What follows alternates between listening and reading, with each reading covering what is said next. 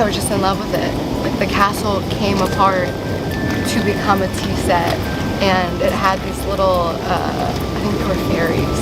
Yeah, they were little fairies, and they were all in different positions, so you could have them eating or laying down, and I just fucking loved that fucking tea set so fucking much.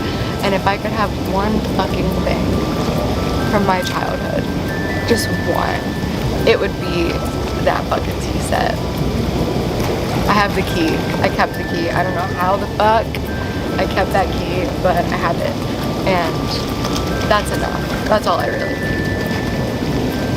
I had a Sesame Street thing too that was like these Sesame Street characters, and they were just in like a little red and white house, but they were babies, and I just, when I was a baby, I loved everything that was babies. I thought they were so cute. When I was like 2, 3, 4 years old, probably 5, 6, 7, 8, 9, I just loved how cute babies were. Baby everything, baby Furbies. Oh, that's one of my favorite childhood memories. Oh fuck.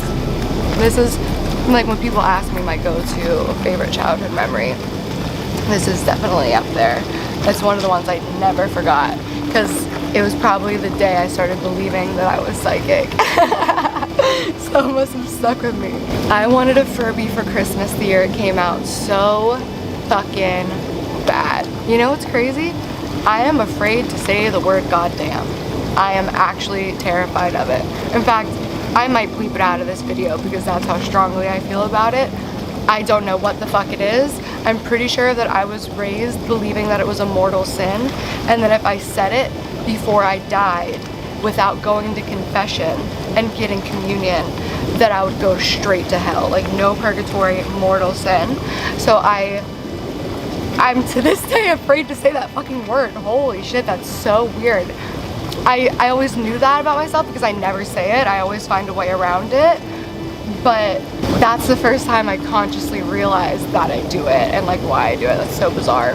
How bizarre? How bizarre. Great song from the 90s. That's apparently a TikTok thing now.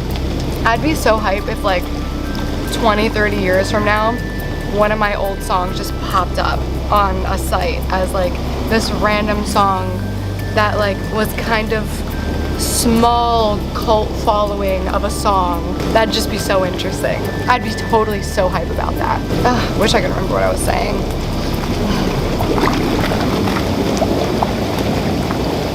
Oh, I remember Furbies. I wanted one so bad, and my family like didn't have the money to get them, and like I always knew growing up that we were poor. Like it was never a secret. I remember the moment I found out we were poor, actually. Dude, my parents were so good at hiding that we were poor. Like I thought dead ass that Kraft cheese on white bread, oh, it's a hummingbird. Kraft cheese on white bread cut into little squares was like gourmet princess food, and the fact that we were eating it, cheese and ketchup sandwiches is what it was. I thought we were so fucking fancy eating cheese and ketchup sandwiches because that's what we had. They were so good at that though. And then that's why I remember like the moment that I realized we were poor, I was like, holy shit. What? God, I'm such a strange human being.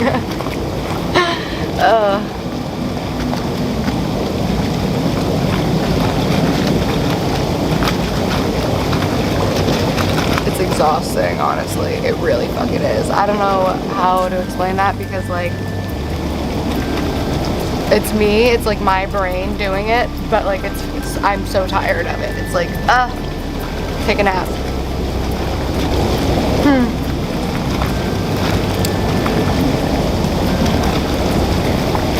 I can't tell if I'm a little crazy or just trying to be a little entertaining. I wonder how many memories you keep, because it always feels like I have the same handful. Oh my god, speaking of, okay, so the Furby. Okay, so I I knew that we didn't have money, so like when my parents were telling me like, you know, don't be disappointed if Santa, you know, can't bring you a Furby, like Santa's probably not gonna be able to get one. They're in really high demand, because dude, toys were fucking, when they were in high demand in the 90s, that shit was crazy, because there was no like internet anything. It was like you hope that the store you're at has it, and just like wait in line outside and like fight each other to try to get Furbies off a shelf, or like Tickle Me Elmo. That shit was so crazy. Does that still happen? Let me know, because I've been nowhere near like that type of Christmas situation since like I was maybe 12, so like I don't know if that's like a thing that still happens. Okay, Furbies, right? Oh my god, Furbies. I wanted the Furby more than anything. The gray and pink one with the white belly, like wanted it so fucking bad. I thought they were the cutest, and it was a fucking robot, dude. When you were a kid in the 90s and something was even slightly remotely robot-esque, dude, that shit was gold. That was so crazy. You thought you were in the fucking future. If you were a kid in the 90s and you had a My Pal 2 or a Furby, oh my god, you were in the future. When you had the little fucking dog that does a backflip, you were in the future. When you had the doll that fucking ate shit and then shit it out, you were in the future, dude. Super Nintendo, you were in the future. But especially robots. So it's this little fuzzy furry robot. I'm sure you all know what a Furby is. It spoke its own language, and then you had to teach it the language, and the more you played with it, the more care you gave it, the smarter it got, and then you could like talk to this fucking Furby. And I was so in love with that idea of like having something to be my like bud, you know? Like it would talk to me and like I had to take care of it. Like, it's fucking awesome. So I wanted this Furby, didn't think I was gonna get it. And then we woke up on Christmas morning and there were all these presents. And like, honestly, my parents went all the fuck out on Christmas when I was a kid. And so many fucking presents. I won't say that out loud. So many presents. And somehow I knew. I climbed over a mound of presents, got behind the tree, dug and pulled out a box that was square. And the Furby boxes I knew were hexagonal. So my parents put the hexagonal Furby box in the square box so that I wouldn't know. But I found it and I knew it. Like in my heart, I fucking knew that was a Furby. And they wanted it to be the last present I opened because they were hoping that I would get more and more disappointed as I didn't get the one that I wanted. And then when I finally got to the one that I wanted, it would be like, ah, but I opened it first. That was always such an accomplishment to me. Like, why is that the story I choose to tell? I don't know, I just think, I really think I felt psychic and magic, and I was like, oh my god. I recently learned that I don't believe in ghosts, which if you've like, if you came from the beginning, you know that like, I was fucking petrified of ghosts. And it was like, it was an upsetting degree, like extreme like paranoia. Like I was so scared of ghosts, and I was raised to be scared of ghosts. Like having priests like exorcise the house because there's demons in the wall, raised to be scared of ghosts.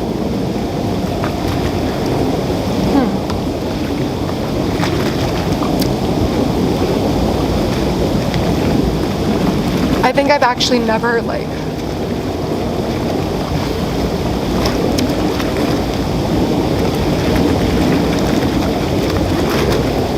it's one of those things where I was saying like once you have a certain realization, it makes you realize like something that you didn't know bothered you so much.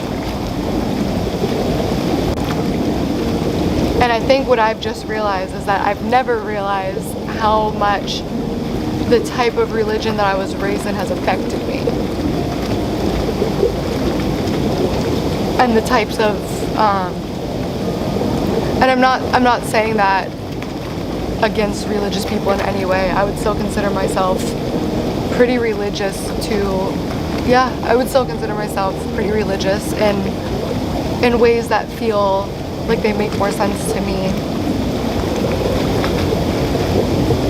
This is like making me feel guilty.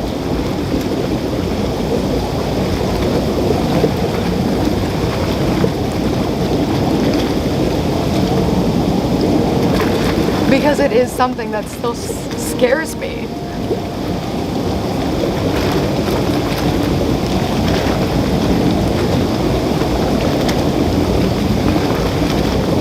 Like, in my heart, I don't believe that hell exists, but I'm so afraid to say that out loud.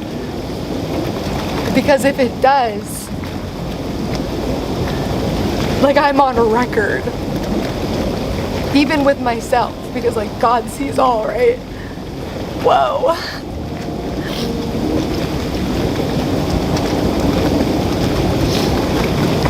It's like you're on record if you say it out loud, because like God sees and hears all. So if I was to say out loud that I didn't believe in hell, I would be in some way doubting his word and his teachings, which is like the worst thing that you can do. And saying that you don't believe in hell is like, would be like saying you don't believe in God. And then God will punish you for that and send you to hell. I think that's something that I'm actually like, just pretty affected by, and I never realized it.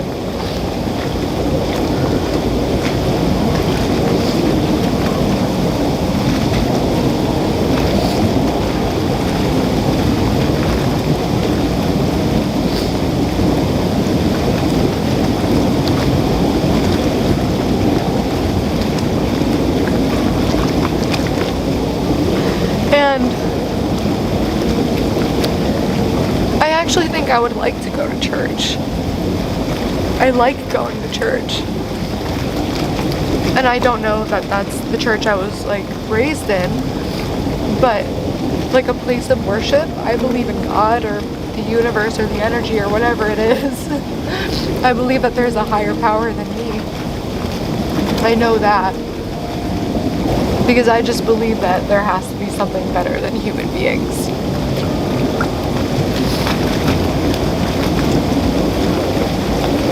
I believe there's more, and I believe there's a purpose.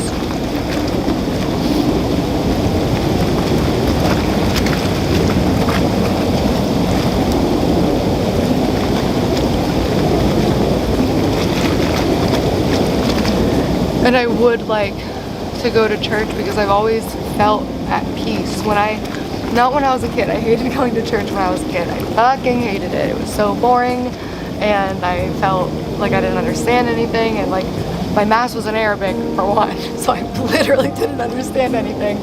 But then even knowing the translations and knowing that I felt like I didn't understand anything. It didn't feel like it was being delivered to me in a way that felt good. I just didn't feel good about it. But when I would go on my own to a different church at college, and I would just go, and I realized like when I would consistently go to church, I just felt better. My life felt more peaceful. So whatever it is, it makes me feel good to go, and I would like to go. But it's like this thing that I avoid because I don't want to go to the church that I was raised in. I'd like to go to something non-denominational, a place where it's just spiritual and where we can literally just worship a little bit. But I don't because of COVID, but I also don't because it's like a reminder of the things that still scare me. Like, because I'm not going to the church that I grew up in, I'm going to hell. So I just avoid it altogether, and that's a big problem in my life in general, is I avoid a lot of things, and then they hit me when I'm 29 in a hot tub.